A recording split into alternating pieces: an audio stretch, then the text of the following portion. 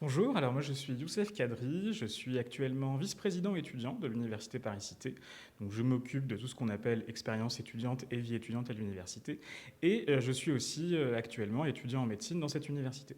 Comment bien aborder sa rentrée à l'université? Alors, la première chose, je pense, à faire pour ne rien rater, c'est toujours de rester connecté. On reçoit plein d'informations dans les premiers jours, par mail, parfois sur les plateformes qu'on appelle Moodle. Et donc, on reçoit les premiers jours de rentrée, les réunions, les premières informations, comment bien s'inscrire. Et ça, c'est vraiment la première étape à ne pas rater, puisqu'on reçoit plein d'informations.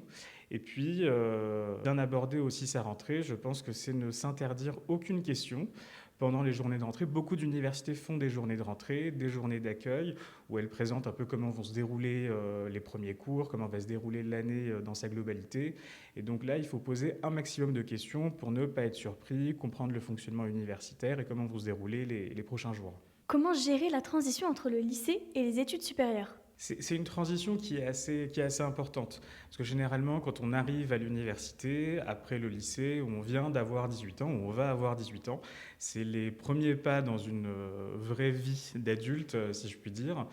Et cette transition, elle peut être parfois un peu difficile. On arrive à l'université, on a plus d'autonomie en fait dans les études supérieures. Et puis on sort un petit peu du cocon familial. On était dans une classe avec un nombre assez réduit, alors qu'à l'université ou dans une grande école, on peut se retrouver dans une plus grande promo. Et la transition peut être plus ou moins difficile. Je pense que le plus important, c'est déjà de savoir que peu importe là où l'on va, dans n'importe quelle université, il y a toujours des équipes qui sont là pour accueillir, en particulier les nouveaux étudiants en post-bac, les accompagner aussi, leur apprendre les nouvelles démarches sur les inscriptions, mais aussi les nouvelles démarches sur la vie en général, puisque c'est le moment où on va peut-être rechercher un logement, c'est le moment où on va faire ses premières démarches administratives tout seul, sur sa carte d'identité, sur sa carte vitale et ses dépenses de santé. Et à chaque étape, les universités sont là pour accompagner les étudiants dans cette transition. Et puis il y a la transition aussi des cours, on va dire. On arrive sur de nouveaux formats de cours, on découvre les cours magistraux, on découvre les travaux dirigés, les présentations. Et donc, je pense qu'il ne faut pas avoir beaucoup d'inquiétudes, même si ça peut paraître un petit peu terrifiant ou anxiogène les premiers jours. De toute façon, c'est organisé pas à pas. Les premiers jours sont toujours assez légers. On accueille, on explique un peu le déroulement de l'année. Je pense qu'il faut aussi en profiter pour faire de nouvelles connaissances, discuter avec ses nouveaux camarades de promo et commencer petit à petit.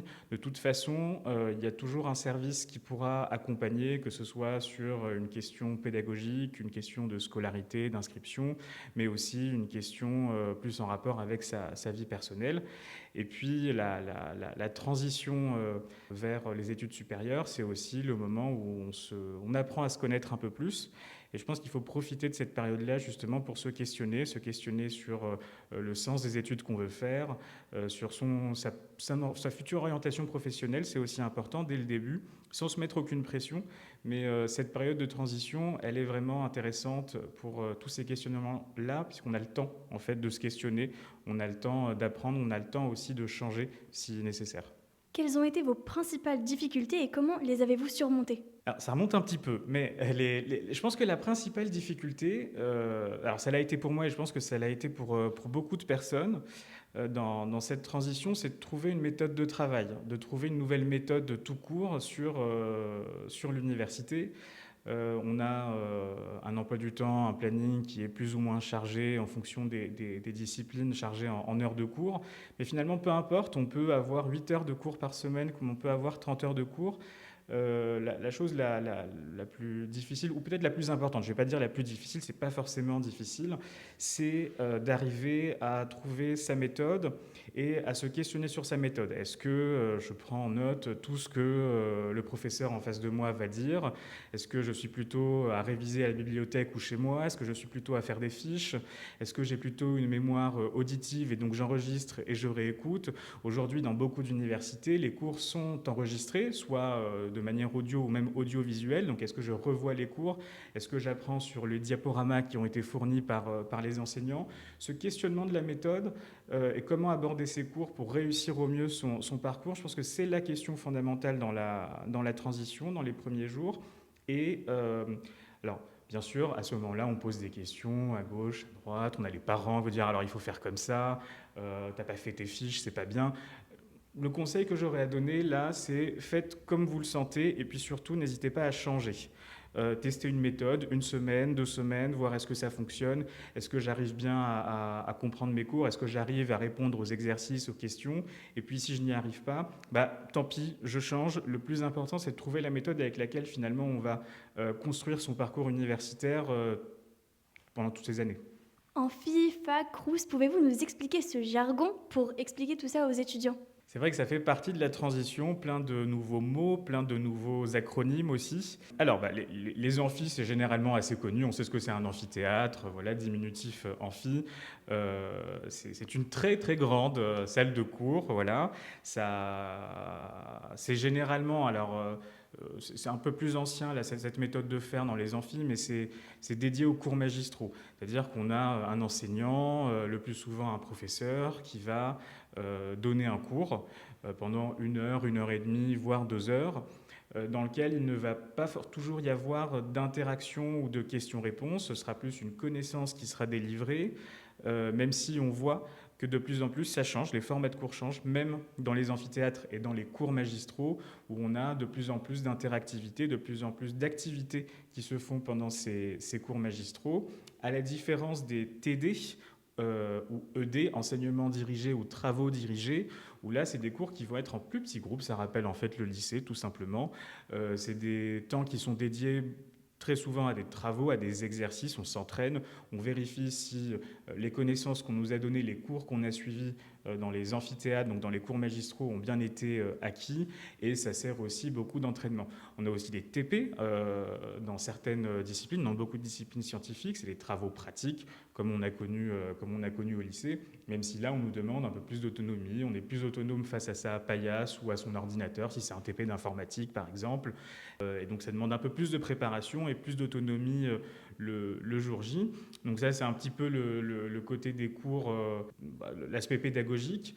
Et puis en d'autres mots peut-être nouveaux, alors on va avoir la scolarité, la scola, comme on dit communément. Donc là, ça va être plutôt, si je devais faire le parallèle avec le lycée, le bureau de la vie scolaire. C'est là où on va s'inscrire, c'est là où on va avoir son emploi du temps. Si on a des questions justement par rapport à tel ou tel enseignement sur le planning, sur l'organisation, c'est vers ce service-là qu'il va falloir se diriger. Et puis ensuite, on a tout ce qui concerne la vie universitaire, la vie sur les campus. Et on parlait du Crous, et le Crous, c'est le réseau des œuvres sociales. Et donc, il y a un Crous par académie. Et alors le Crous, on le connaît si par exemple on a fait sa demande de bourse, puisque c'est l'organisme qui est chargé des œuvres, comme je le disais.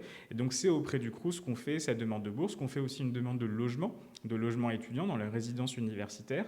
Mais c'est aussi très très connu sur la partie restauration, parce que là on en a beaucoup et partout. C'est les restaurants universitaires, les cafétérias universitaires. Et puis aujourd'hui ça s'est beaucoup développé, donc on a même des food trucks dans certaines universités qui sont issus du Crous. Et l'intérêt, c'est que la tarification, en fait, le tarif d'un repas au Crous est subventionné par l'État, et donc il est très abordable. Il est de 3 euros, environ un peu plus de 3 euros sur un tarif standard, et 1 euro pour les boursiers et les étudiants en situation de précarité. À qui peut-on s'adresser si l'on se sent perdu? En réflexe, je dirais ça dépend, puisque en fait, on arrive à l'université, je répète, on a différents services, hein, qui s'occupent de plein de choses différentes. On va avoir un service qui va être chargé d'aider socialement les étudiants, les services de scolarité pour organiser justement les cours, les inscriptions, les examens, des services qui sont dédiés aussi à la culture ou alors à la santé étudiante. Il n'y a pas toujours d'interlocuteur unique quand on arrive à l'université. Donc il faut essayer déjà de savoir est-ce qu'on se sent perdu sur quel domaine. Est-ce que c'est parce qu'on n'arrive pas du tout à maîtriser son planning, ses cours, et on se dit mais en fait là je suis complètement largué, je comprends rien aux cours, j'arrive pas à faire les exercices. Et dans ce cas-là, alors les enseignants sont là justement pour accompagner, pour aider. Il y a souvent des tutorats aussi qui sont soit gérés par les universités ou alors par des associations d'étudiants qui sont des étudiantes et des étudiants bénévoles, volontaires, des années supérieures de deuxième, troisième, voire plus. et qui accompagne les étudiantes et les étudiants un peu plus jeunes dans ce nouveau parcours, qui organise des séances d'entraînement, qui parfois font même des fiches de cours. Donc sur cet aspect un peu pédagogique, scolarité, apprendre, c'est les premiers interlocuteurs qu'on peut solliciter. Ensuite, ce qui s'est beaucoup développé aujourd'hui dans les universités, c'est, parfois ça s'appelle des maisons de l'étudiant ou alors des guichets uniques. Et là, c'est le lieu où on va pouvoir, ou des bureaux de vie étudiante, pardon aussi, c'est le lieu où on va pouvoir demander de l'aide, poser des questions sur tout ce qui est extra-pédagogique ou extrascolaire. Je me sens perdu parce que tout simplement, je n'arrive pas à trouver de logement. Je traverse aussi des difficultés financières passagères où je n'arrive pas à trouver, par exemple, un médecin traitant ou un professionnel de santé. Il arrive souvent, quand on va à l'université, qu'on ne soit plus tout proche de chez soi, qu'on n'ait plus son médecin de famille et le médecin qui nous a suivis tout le long. Et donc là, il y a différents services qui peuvent vous répondre au sein de l'université. Tout dépend de la thématique. Et si la solution ne se trouve pas à l'université, au niveau de ces bureaux de vie étudiante ou guichets uniques ou maisons de l'étudiant, ça a vraiment différentes appellations. Si la solution ne se trouve pas à l'intérieur, on vous orientera vers un interlocuteur, un acteur qui pourra accompagner à l'extérieur de l'université. Quelles sont les 3 erreurs à éviter absolument à l'université? Suivre tous les conseils qu'on vous donne. Ça peut paraître surprenant, mais vous aurez certainement toujours tout plein de conseils de différents interlocuteurs et vous allez peut-être parfois vouloir tout appliquer, tout suivre. Et là, vous pouvez vous sentir un peu perdu. Et donc, il faut vraiment essayer de trouver ce qui fonctionne pour soi. Sa propre méthode, c'est très important. Je pense que l'autre erreur, et c'est peut-être celle-ci que je mettrais vraiment en première position, c'est ne pas profiter de l'université pour tout essayer, tout oser. Et en particulier les premières années. Parce que c'est le moment où on a le temps d'essayer différentes filières. Ça peut arriver, on peut commencer dans une filière et se dire en fait ce n'est pas fait pour moi et donc je change, je me réoriente. C'est aussi le moment de se remettre au sport si on a arrêté de faire du sport, puisque dans toutes les universités quasiment il y a des services des sports et le plus souvent ces activités physiques sont gratuites pour les étudiantes et les étudiants, mais c'est aussi le moment d'oser en fait s'engager dans une association ou s'engager à l'extérieur de l'université. Donc je pense qu'une des erreurs, c'est vraiment voilà, ne pas oser ou alors trop hésiter. C'est le moment de vivre des expériences, c'est le moment de tenter des choses pour savoir vraiment, pour apprendre à se connaître et savoir ce qu'on veut faire plus tard. Et puis peut-être la troisième erreur un peu à éviter, qui est voilà, un petit peu moralisatrice, ne pas procrastiner, surtout pas à l'université, puisqu'on on est tout autant accompagné, parfois même plus qu'au lycée, puisqu'on peut avoir vraiment des enseignantes et des enseignants qui sont très présents pour accompagner, mais on arrive à un âge, à une maturité où on doit être capable de s'organiser et donc ne pas remettre au lendemain tout ce qui est à faire, ne pas respecter les délais d'une procédure d'inscription ou alors d'un rendu. Là, c'est vraiment une erreur à éviter puisqu'on arrive à une période où justement on nous apprend à être professionnel, on nous apprend à exercer un futur métier ou du moins à y arriver par son diplôme. Et donc, il y a une rigueur à parfaire ou à apprendre à ce moment-là. Pour l'orientation et la vie professionnelle, quel rôle jouent les services dédiés? Alors, dans chaque université, ça c'est réglementaire, il y a forcément justement des services dédiés à l'orientation, à la professionnalisation. Et ils jouent un rôle très important puisqu'ils vous accompagnent, en fait, vous ne savez pas forcément qu'ils existent, mais ils vous accompagnent même avant de rentrer à l'université, puisque ce sont des services que vous allez pouvoir rencontrer lorsque vous êtes au lycée et que vous participez par exemple aux journées portes ouvertes, les fameuses JPO. Donc ils s'occupent déjà des lycéens en leur expliquant les différentes filières à l'université, le fonctionnement à l'université. Et puis c'est un service qui va aussi vous aider sur votre orientation, même quand vous êtes arrivé à l'université. Quand on arrive, on commence une première année et puis souvent on va vous demander au cours de la deuxième ou de la troisième année, peu importe en fait le parcours et les études qu'on fait, de choisir un parcours, on appelle ça un parcours, une spécificité, donc ça va être une petite spécialisation dans la discipline ou dans la filière dans laquelle on est et ce service-là peut vous aider justement à savoir quels sont vos points forts, quels sont vos points faibles sur lesquels vous devez travailler et comment vous pouvez choisir tel ou tel parcours et comment mieux vous orienter, ou même vous accompagner sur un changement d'orientation, un changement de discipline. C'est tout à fait possible. Ce sont aussi des services dédiés qui vont vous aider à trouver un stage, à trouver une alternance ou votre première expérience professionnelle de différentes manières. Pour commencer, ils vont vous accompagner sur comment faire votre recherche. Donc, comment trouver les entreprises ou les employeurs qui ont un intérêt pour votre formation. Et puis, comment s'adresser à ces recruteurs, comment faire une lettre de motivation, comment rédiger votre CV, et puis aussi comment aborder un entretien de recrutement. Ce sont des compétences qu'on vous apprend, qu'il faut acquérir et pour lesquelles les services d'orientation et de professionnalisation jouent un grand rôle. Et puis, ils sont aussi pourvoyeurs d'offres d'emploi, puisque différents employeurs vont contacter ces services. C'est le service contact de l'université pour transmettre les offres d'emploi. Et donc souvent, il y a des plateformes numériques qui existent dans les universités pour trouver soit des stages, soit des alternances ou justement un premier emploi. On parlait justement de la réorientation. Est-ce possible de se réorienter sans passer forcément par Parcoursup? Alors oui, c'est possible. C'est possible de se réorienter sans passer par Parcoursup. Tout dépend toujours des universités ou des établissements, mais ce qui existe par exemple à l'université Paris-Cité, c'est la réorientation semestrielle qui a lieu à la fin du premier semestre de la première année de licence. Et ça, c'est très important. Pouvez-vous nous parler du SUAPS et des autres services proposés aux étudiants? Alors, le SUAPS, j'en parlais tout à l'heure, c'est le fameux service des sports. C'est SUAPS, c'est Service universitaire d'activité physique sportive. Et il manque un A parce que sinon c'était trop lourd, et artistique, puisqu'on peut même y faire de la danse, par exemple. Donc ce sont des services où il y a des enseignants, des professeurs d'EPS la plupart du temps, qui donc vous enseignent des activités physiques et sportives très diverses. Je ne sais pas si c'est pas le cas forcément partout, ça dépend des infrastructures, mais à l'université Paris-Cité, on peut faire du tennis de table, du basketball, du volleyball, de la boxe, du karaté et de l'initiation à la plongée. Donc ça peut être vraiment très, très divers. C'est le plus souvent gratuit, hein, c'est pris en charge en fait, alors rien n'est gratuit, mais c'est pris en charge par différents moyens de financement pour que ce soit accessible à toutes et à tous.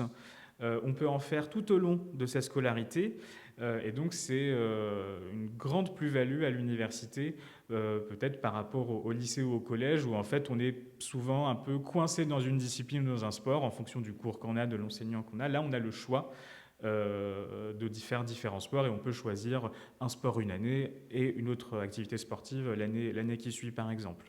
Ça c'est un des services qui est proposé aux étudiantes et aux étudiants, mais depuis quelques années beaucoup d'autres services se sont développés. Certains existaient avant et ils ont revêtu une peau neuve si je puis dire. Par exemple le service de santé étudiant qu'on appelait avant pour un autre acronyme barbare le SUMPS. Donc c'était le service universitaire de médecine de prévention qui aujourd'hui est devenu le service de santé étudiante. C'est un service qui n'est plus là pour faire uniquement de la prévention, mais aussi pour faire de la santé et du soin et accompagner les étudiantes et les étudiants, qu'ils aillent bien dans une logique de prévention, mais aussi ceux qui peuvent rencontrer des soucis de santé dans ces soins.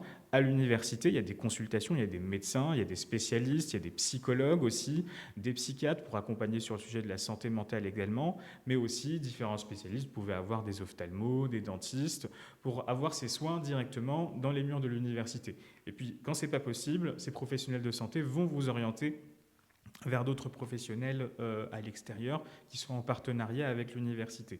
Ensuite, c'est très vaste, hein, il y a différents services, mais je peux aussi vous citer le service de la culture. Ça aussi, c'est très commun dans les universités. Il existe des services culture qui ont généralement deux missions. La première, c'est vous apporter en tant qu'étudiante et étudiant une offre culturelle à l'extérieur de l'université, avec des partenariats et souvent à des tarifs très avantageux pour les étudiantes et les étudiants. Donc ça va être des places de cinéma, de théâtre, de concerts.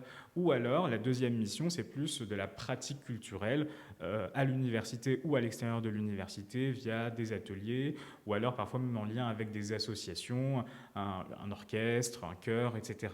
Il me faut citer d'autres services aussi qui sont quand même assez importants. Parfois ça s'appelle les services d'aide sociale, parfois des bureaux de vie étudiante, mais ça va être les services qui vont vous accompagner sur vos demandes de bourse, sur les demandes d'aide financière ponctuelle auxquelles vous avez droit même si vous n'êtes pas boursière ou boursier. Si vous passez une étape ou un moment difficile financièrement parlant, il y a des services pour vous accompagner. Il y a des services pour accompagner également les étudiants internationaux sur leur accueil et leur intégration et les premiers pas aussi dans la vie administrative française qui est différente forcément de leur pays d'origine.